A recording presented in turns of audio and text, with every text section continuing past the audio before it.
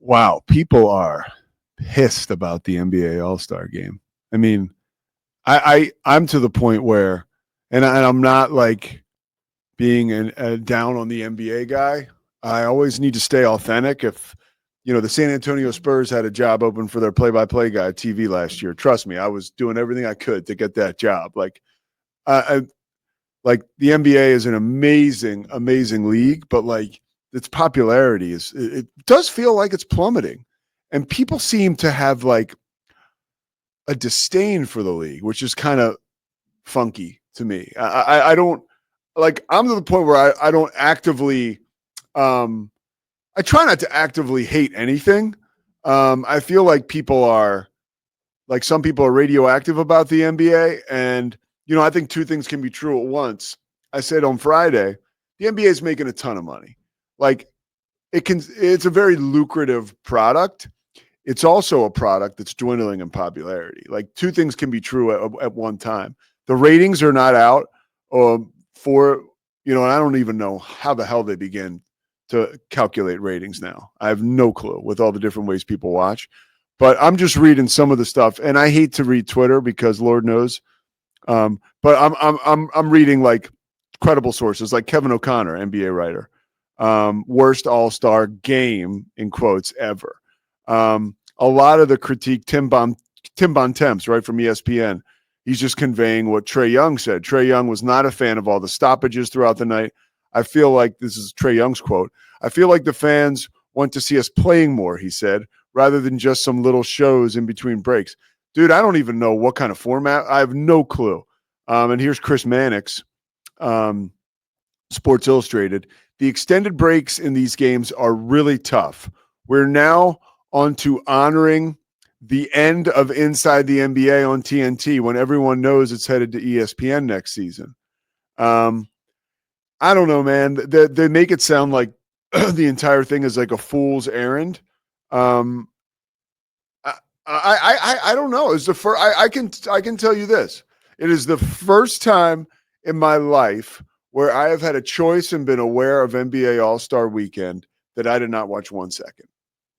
And Scotty, you didn't either, right? I just see you nodding your head. Yeah, correct. And it's not like, again, I don't like, I'm not mad at the NBA or whatever. Like, and it'd be very simple. If you told me that LeBron James was going to be in the dunk contest, I would watch. That's not on LeBron to participate.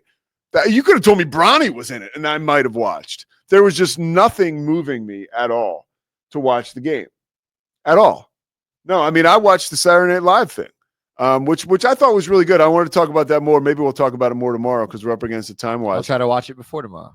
There was the best part about the show was when they would go to somebody in the crowd, and literally there would be somebody from, let's say, Tim Meadows from an old cast. Tim Meadows standing up, and their Cher is behind him. Robert De Niro's to his right. I mean, it was like an award show, but not an award show. It was obviously more laid back. Eddie Murphy was. I'll tell you the best part of the whole show. Two things that made me laugh out loud. Eddie Murphy impersonating Tracy Morgan on the Black Jeopardy skit was hilarious. Okay. I mean, he did an amazing job. And what's her face, who was so political before, at least for me, that I got like turned off with Kate McKinnon. She was hilarious. She's so funny. She's in contention to me for the best cast member of all time. Oh my God. She's been in so many iconic skits. Not only is she just an amazing performer comedy wise, like, intellectually and like thoughtful, her physical comedy is so good. She's incredible. Yeah, she's incredible. It does not surprise me she had a highlight. And I also was happy. Like, I know I'm like politically, like it didn't feel like supercharged either way, which is what we want from our comedy. Entertainment. Yeah, I mean, by the way, I don't. Waco native Steve Martin. I opened the show. I said I was going to tweet about it. I was. I thought that was so cool. And he literally was born in Waco. I want to know exactly when he moved. Yeah, I don't know that whole story. He was young. He grew up in Inglewood, California. He was a real little kid when he moved.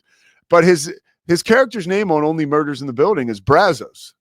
So I got to believe that's a callback. Certainly. Yeah. That's not a coincidence. No. That is too weird to be. Not at all. And by the way, to put a bow on the political thing, I don't care who you vote for or where you are. I just don't want to hear about it when I'm watching a comedy show. Like, you have your deal, go do it. But or my favorite comedy, Everybody is a Target. Yeah. It's yes. not. Yeah. Like South Park, we're gonna offend everybody. Two funny things, and we'll end the show with this. John Mulaney said, it's amazing to think that 894 people have hosted NFL over 50 years, SNL over 50 years, and only 2 of them have committed murder. O.J. Simpson and Robert Blake. And Ryan Reynolds, amid all this stuff with his wife and the Justin Baldoni guy, he got up with Blake Lively sitting right next to him, and it was Tina Fey. And she asks him, hey, like, Ryan, like, how you doing?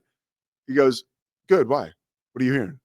It was very funny. And I was like, wow, that's the best way to take the air out of that. I love that. All right, we'll put the air back in this thing tomorrow. The Pete Souza Show, presented by Slovacics. Thanks so much to Andrew Billings, Slovacics, D1, Daniel Stark Injury Lawyers, Socorro Family Ford. We'll check you tomorrow.